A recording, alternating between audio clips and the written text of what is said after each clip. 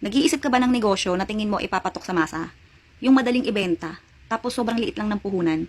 Yung tipong hindi ka masasaktan kapag ka nagbayad ka ng puhunan mo sa supplier mo. Pero ang kita ay malaki. Ang dali pang ibenta sa masa. Kasi ito, siguradong madaling ibenta. Dahil itong product na to ay madaling ibenta dahil lagi itong hinahanap ng tao. Oo, araw-araw na kailangan ng tao to. Ayan, ito ang Siksik DIY Dishwashing Liquid Premium. Oo, premium yung piliin mo ha. Kasi ito sigurado talagang siksik.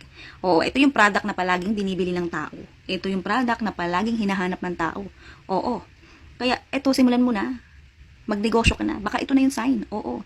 Hindi ito nawawala sa uso. Yung isang pack nito, makakagawa ka na ng 16 liters ng dishwashing liquid. Oo, ang kailangan mo lang dito, mag-provide ka ng lalagyan. Pero depende naman sa'yo kung anong lalagyan ang gusto mo. Oo. Grabe, ang daming magagawa mo nito sa isang pack lang.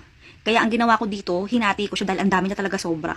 Sa isang balde, naglagay ako ng 7 liters lang ng tubig. Oo, mas magandang bilhin o gamitin ng pantinda yung premium. Kasi yung premium siguradong siksik. Oo, hindi siya malabnaw. Kung makikita nyo, ayan oh. Tapos ang bigat niya, talagang siksik talaga. Ayan, lagay mo lang siya sa tubig. Tapos haluin mo lang. Ganun lang.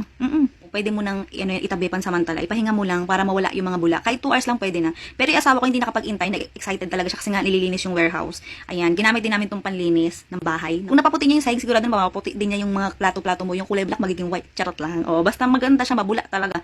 O, pwede kang gumamit ng kahit ano lalagyan dito ha. Pero kami ito, ginamit ko lang itong lalagyan namin na pinaglagyan ng dishwashing. Sa mga